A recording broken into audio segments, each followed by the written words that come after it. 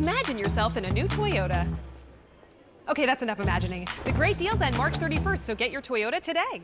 Now buy a Tundra with 0.9% APR financing or take $2,750 cash back. Toyota, let's go places.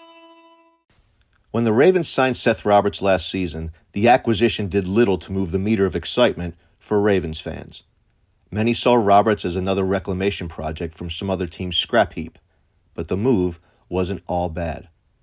RSR's Matt Wise points out that while Roberts never materialized as a major receiving threat for the Ravens in 2019, his 50% snap percentage on offense is indicative of how much the Ravens appreciate his efforts as a blocker in their run-heavy scheme. Wide receivers who are willing and able to block are hard to come by, and it is Matt's opinion that the Ravens should make an offer to bring Roberts back. Dev Panchwa reminds us that in Oakland, Roberts was entrenched in the slot role. However, in Baltimore, Roberts played more on the outside, and he showed he can operate from the boundary as well. Roberts added route-running professionalism to the position. He was able to make plays on contested balls. And like Matt Wise, Dev believes the Ravens should consider bringing Roberts back on a cheap deal, but not if that means he be taking away snaps from Miles Boykin and any other receivers that are brought on. Per capologist Brian McFarland, Roberts agreed to a one-year, $2 million deal that included playing time and statistical incentives. Brian concurs that Roberts' future in Baltimore will be determined by what the Ravens do in free agency and the draft. So, the 6-year veteran from Georgia will likely have to wait until after the draft.